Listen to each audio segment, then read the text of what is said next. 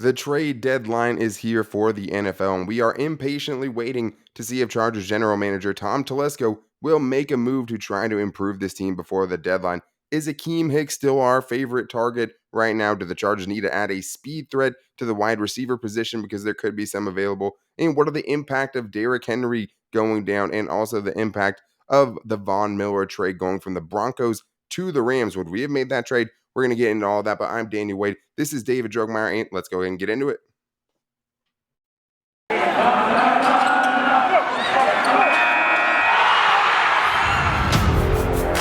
You are Locked On Chargers, your daily podcast on the Los Angeles Chargers, part of the Locked On Podcast Network, your team every day.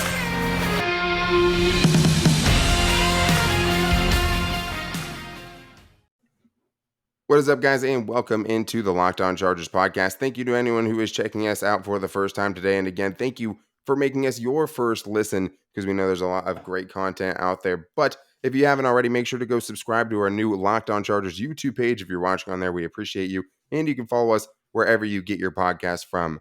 David, the trade deadline is here. And even though Tom Telesco is not one that makes trades at the deadline to acquire players, still a lot of fun to talk about. And also, maybe this is the year with Brandin Staley that they'll decide to buck that trend and actually make a move to try to improve this roster, which are 4-3 at the time right now. These are a very good team with some obvious flaws. So there's some guys out there that could change things. And Brandin Staley talked about it today, or talked about it in his press conference, at least, saying that, you have to think about short-term, long-term. It almost seemed like he was kind of setting himself up for a trade not to happen, right?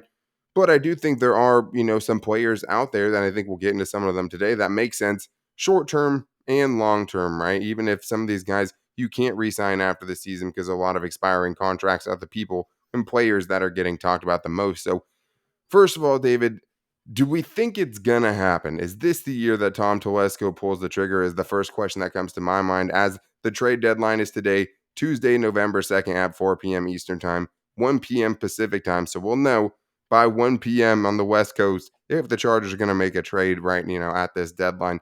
So, David, do you think this is the season that Tom Telesco is going to buck the trade and bring a player in to try to help the team this year?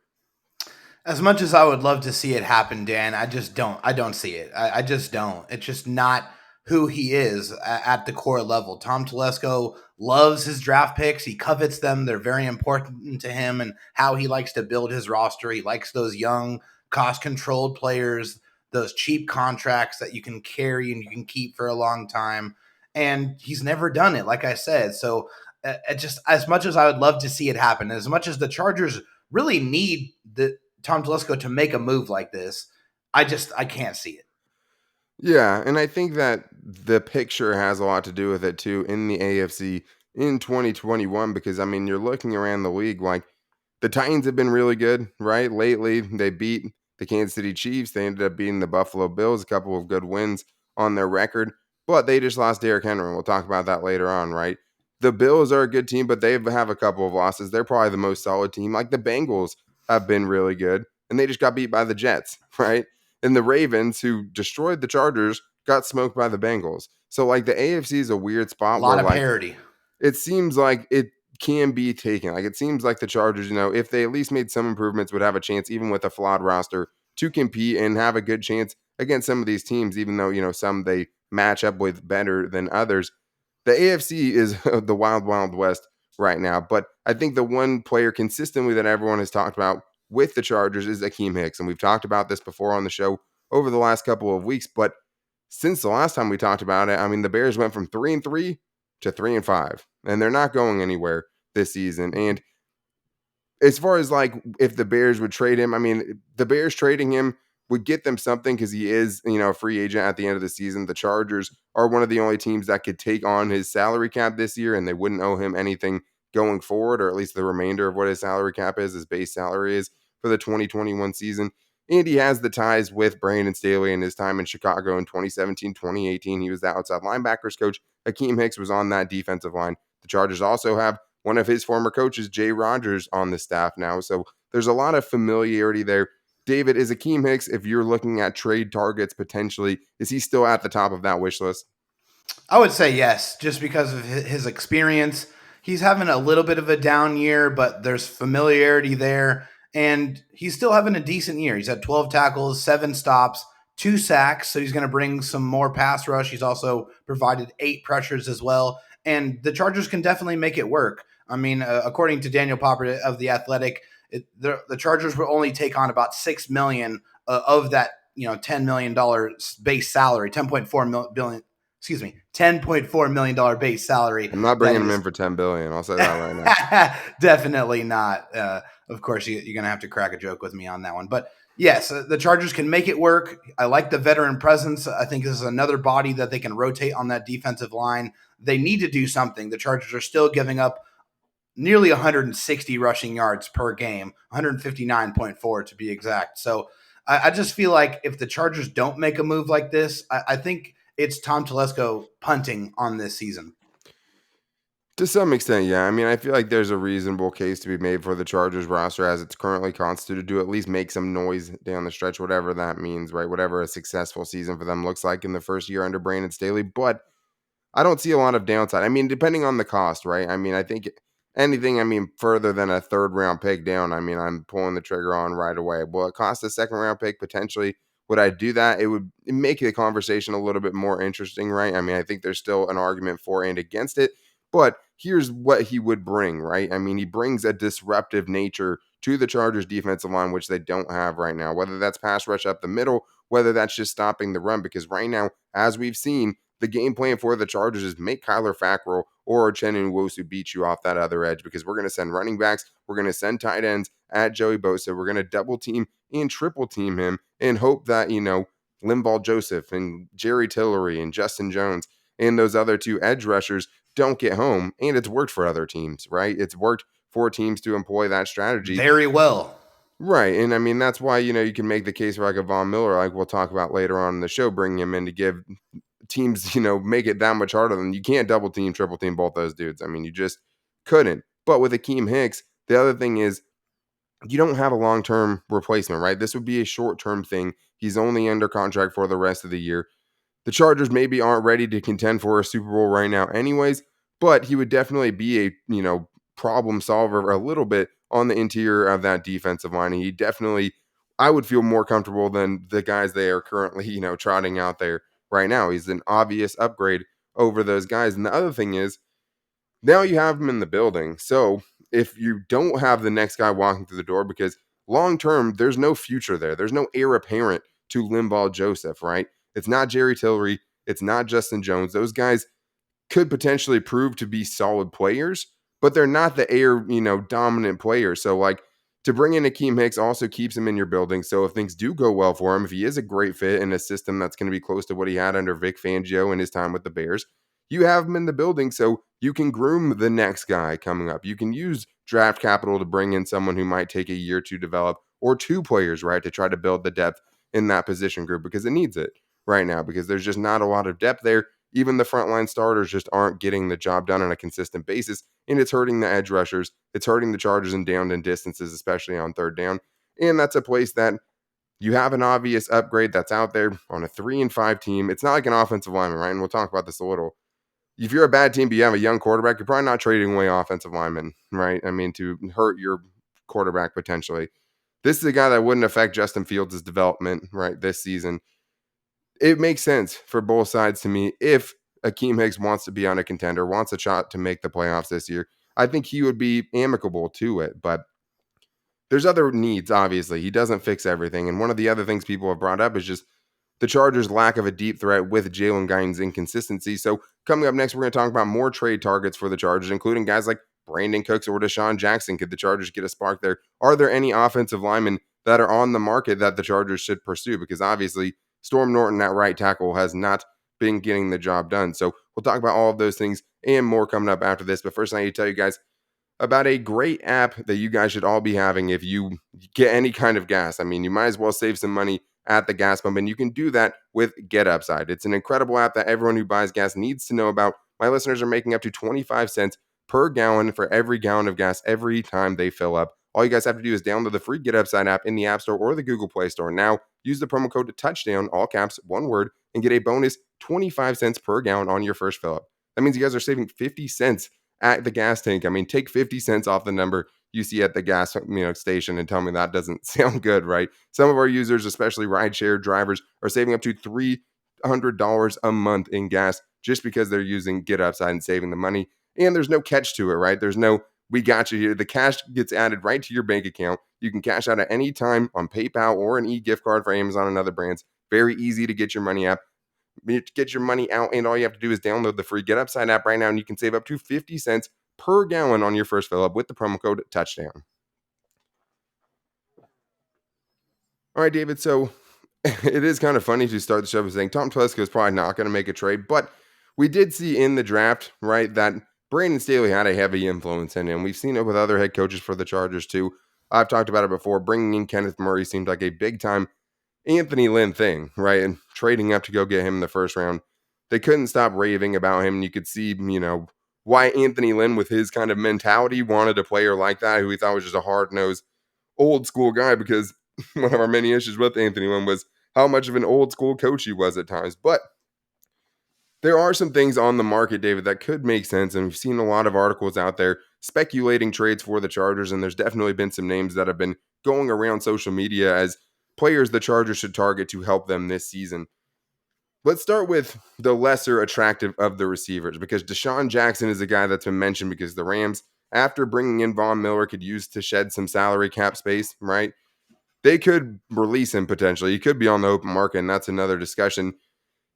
It's hard, though, David, because we're talking about an older player, right? A player that hasn't been super productive lately, but this season is averaging, or has 8 catches, 221 yards, and a touchdown with Desean Jackson for the Los Angeles Rams. He's averaging 27.6 yards per catch so far this year. I know it's only 8 catches. That's still impressive for someone at his age. It's another half year, basically, contract rental. But it definitely, had a chance, or at least has a chance, to bring the Chargers more of an explosive element, because Jalen Guyton hasn't been in. There's been nobody to take the top off the defense for the Chargers offense so far this year.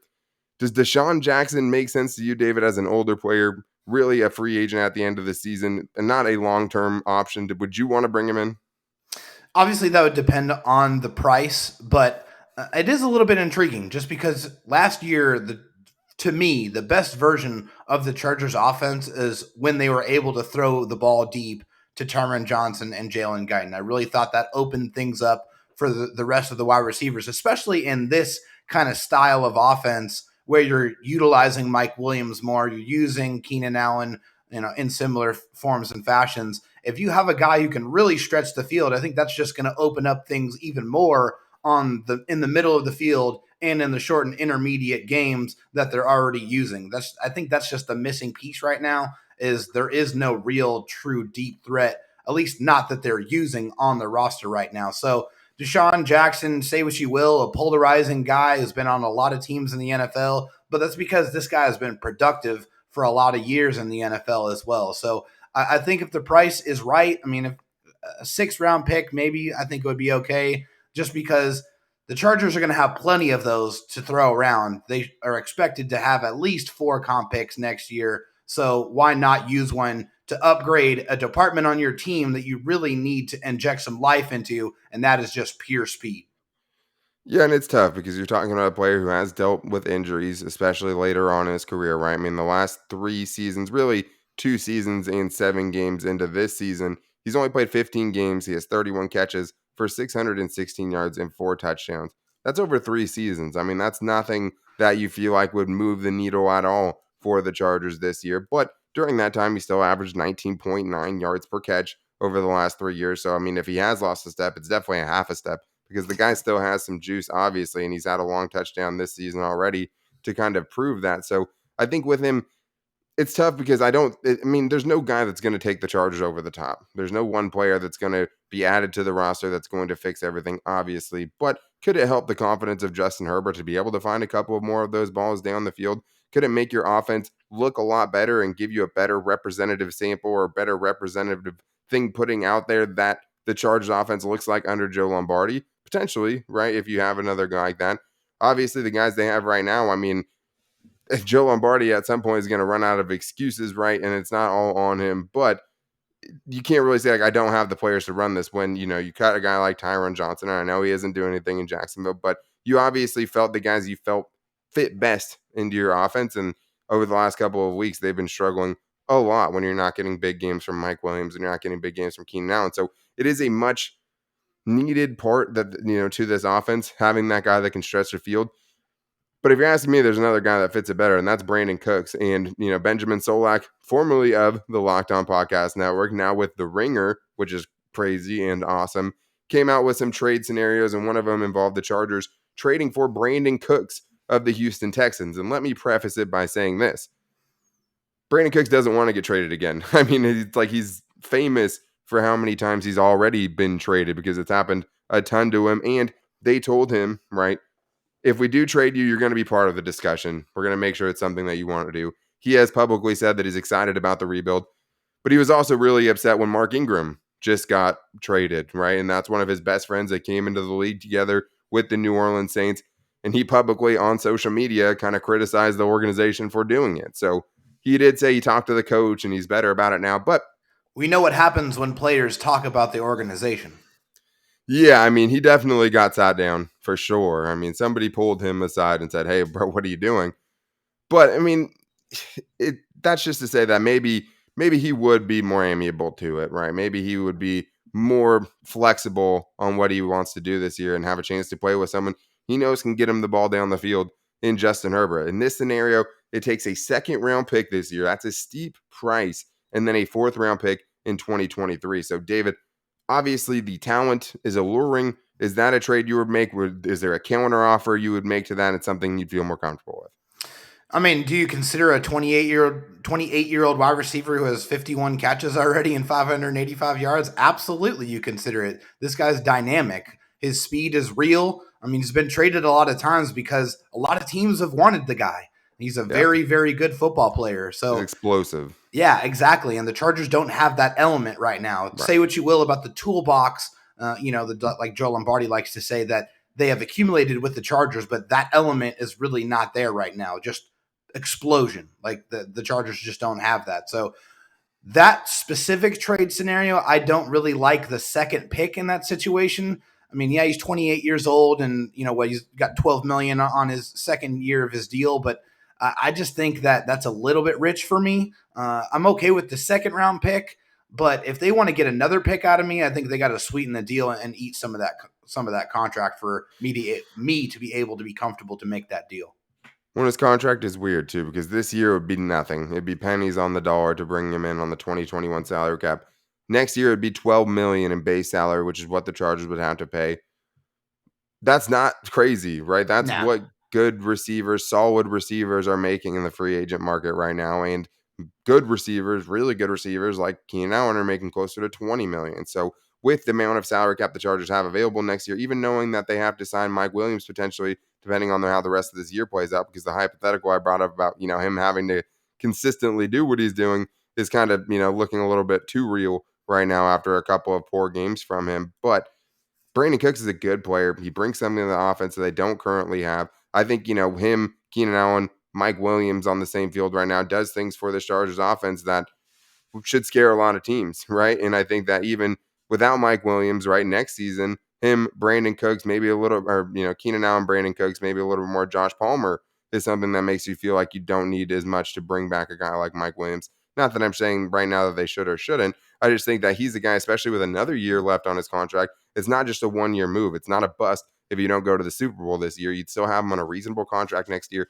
And then his contract is void after that season with the way the Rams set it up when they initially did that. So I don't think it would happen. I don't think he wants to be traded. But at the same time, I think he would be a really, really good part to this Chargers offense. And I think he would add a lot to their dynamicism, right, or whatever that word would be to it. Because right now it's not dynamic enough. And I think having an explosive guy like that, which we haven't really seen with the Chargers in a long time, would really help that. But another position, obviously, that would help the Chargers' offensive line, and we've gone a little long here, so we won't spend too much time on it, but it's just too hard to find an offensive lineman out there right now that could potentially help the Chargers at right tackle, even knowing how bad Storm Norton has been, that teams would want to get rid of, because there's just not a lot of good offensive linemen in the NFL, especially backup ones that should potentially be starters, right? It just, there's not a lot of those guys floating around. And like I talked about before, the really bad teams, the Jets, right? The Jaguars, those teams have young quarterbacks. The Bears, they're probably not going to trade an offensive lineman and potentially, hurt what their quarterback does and hurt the evaluation process there. So I think, David, as much as you'd love to bring in an offensive lineman at the trade deadline, that might be the most unrealistic position that the Chargers could bring in. Yeah, they got to hope that Brian Bulaga is going to come back from injury and all of a sudden be the type of player that they paid him to be. Yeah, which seems unlikely, obviously. Very unlikely. But yeah, looking around there, trying to do research for this show, trying to find, available offensive tackles out there. They're just not there. They don't grow on trees. The good ones, they get paid and they stay with their teams. So it's not a move that if it happened, it would greatly surprise me because like I said, they're just not really available. Yeah, they're not. And unfortunately, I mean, there's some guys, some people I've seen Mitchell Schwartz out there, right? And he's still recovering from an injury with the Chiefs last season. There was a guy on the practice squad of Roderick Johnson for the Miami Dolphins that would intrigue me a little bit just to, throw a flyer out there, but not somebody that would make a significant impact. Just somebody that would be like, okay, well, let's try something different, at this point. Cody Ford was another name that was thrown out there too. The offensive lineman for the Bills, but that's another situation that they already said that they're probably going to hold on to him. Well, the other thing is too is like good teams like that probably aren't trading quality offensive line depth, and when he's been out there, it's only been so-so. But so-so is what you're looking at, and obviously you would take average at the position, right? You would take an average starting right tackle. It's just going to be almost impossible to bring one in, but there were some other things that did happen because the other team in Los Angeles is very trade happy, and the Rams traded for Von Miller. But that also simultaneously hurt the AFC West, or right, at least the Broncos' chances in the AFC West for sure. And the Chargers still have 2 matchups against them this year. And Derrick Henry, another superpower on another big-time AFC team, is done for the year. So there's a lot of ramifications to that, and we're going to get into that coming up right after this. First, I need to tell you guys about Beachbound. In life, we're all bound for different things. With Beachbound Vacation, beachbound.com vacation, you guys could be bound for adventure, bound for passion, bound for discovery, or bound for togetherness, bound for immersion, bound for rejuvenation, or you may be bound for encountering the unexpected. And I mean, who doesn't need a vacation, right? I mean, personally, when I'm at a beach resort, I'm bound to end up at the poolside bar, maybe creating my own taco flight. As long as I've got a good view and a good drink in hand, I'll be as happy as can be. With beachbound.com, you can find the perfect beach vacation for you, no matter what you are looking for. What are you bound for? Visit beachbound.com today.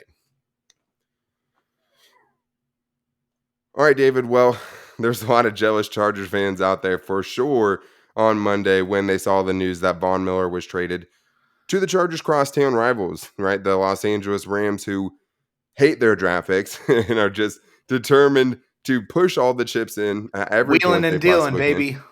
And it makes you a little jealous at times, right? I mean, you want a little piece of it. Like, obviously, that's a scary future, and it just make a move, any move, right? Any trade. There's a lot of in between, Les Need and Tom Telesco in that regard, but it's a huge move, David. I mean, it's massive. Yeah, Von Miller has now been traded to the Los Angeles Rams, which hurts the Broncos, and the Chargers have 2 more matchups against them this year. I mean, obviously, we'll talk about if we would have done it after this, but just the impact on the AFC West with that. I mean, it does seem like the Broncos are giving up a little bit on this season, and not having Von Miller is absolutely going to help the Chargers in those 2 matchups coming up. Oh, absolutely. Von Miller has terrorized the Chargers throughout the years. He's terrorized a lot of teams, obviously. The guy's Phillip Rivers, not a fan. Yeah, not at all. Not at all. Although I know those 2 guys love to talk trash back and forth and really enjoyed that aspect of that relationship, because there's no one that talked trash better than Phillip Rivers and kept it all clean. Yeah, Von Miller said it got to him too. He kind of respected it afterwards, though. He's like, "How does this guy talk so much trash and not cuss at all?" It just didn't compute for him. But Legend. Von Miller, like I said, he's an incredible player. He's probably a first ballot Hall of Fame player. And whenever you get a guy of that caliber out of your division, it can only mean good things for the Chargers, because, like I said, Von Miller has made a career out of terrorizing quarterbacks that were wearing lightning bolts on their jerseys. So to get him out of the division and get him over into the NFC is beautiful music to my ears. Yeah, and I mean 110 career sacks. Yeah, it's a first ballot Hall of Famer and a guy who had ties with Brandon Staley, right? A guy that still has some juice, even though he's dealt with some injuries, and a guy that would absolutely help the Chargers, alleviate some of that pressure on Joey Bosa. But when things are all said and done, David, it's a second and a third round pick this upcoming season. So it is a steep haul for a guy that would only be with the team for half of a season potentially. What are you doing? Are you making that trade? Hell no, I'm not making that trade. A 2022 second round pick and a third round pick for a 10 game rental? Hell no, I'm not making that trade. That is crazy. And Right. also, let's be realistic, Dan. There is no way on God's green earth that the Broncos are going to trade Von Miller to the Chargers in any situation. That will never, ever happen. So, as Yeah. much as that would be a beautiful dream to have Von Miller on one side and Joey Bosa on the other, that's exactly what that is. It's a dream. Yeah, and the thing is Von Miller doesn't push the Chargers over the top to a Super Bowl championship, right? And I think the Rams and the Chargers are at different places right now with what they're doing. I mean, the Rams have spent so many draft picks on trades that they have to win now. There's so much riding on them They're winning all now. in for While sure. the Chargers have a lot of room with their draft capital to improve this roster in the offseason and trade up to get dudes they like. And they have, some flexibility there. And I mean, obviously, Tom Telesco's draft strategy has been questionable at times, but I think we like, obviously, the first couple draft picks this year.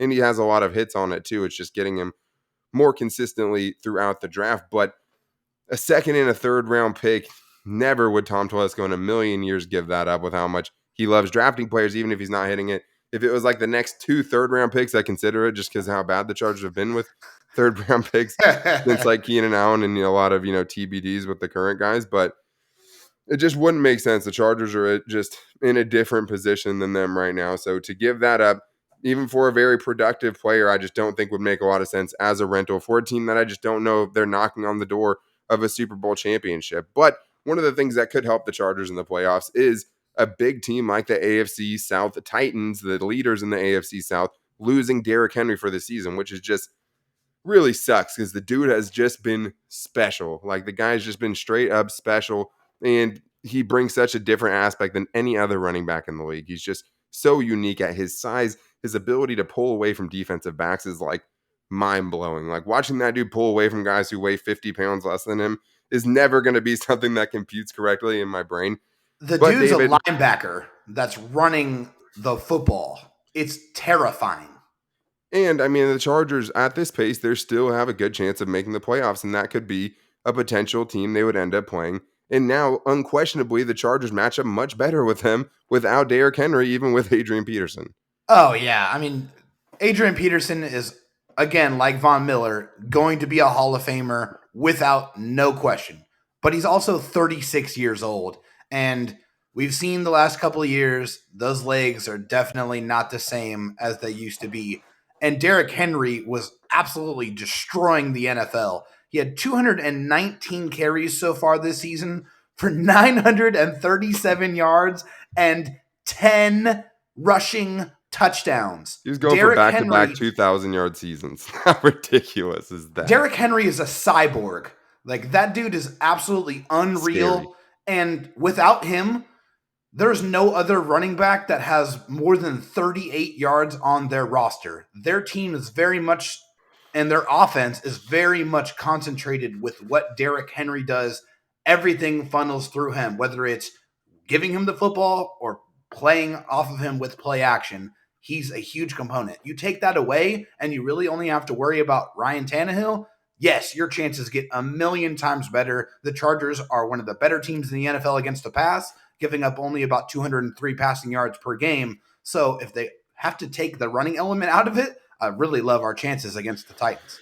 Yeah, I mean, it definitely helps them a lot more. They still have A.J. Brown. They still have Julio Jones, but it's just a Sure. completely different team. And I mean, Derrick Henry has made Ryan Tannehill look like an elite quarterback, which is not anything he was close to in his Miami Dolphins days. So if that potential matchups happen down the road, we know the Chargers are a flawed team. That gives them a much better chance in the playoffs, and that's significant in the picture of the AFC in general, just as far as overall placing and seeding. So we're going to have to monitor that going forward, but definitely a huge blow for the Titans and definitely something that's positive for the Chargers, as bad as that is to say with an injury. But that is going to wrap things up for today's show. Probably get into some voicemail venting tomorrow. So if you guys want to get in on that, call into 323-524-7924. Let's get it all out, and we'll put it behind us.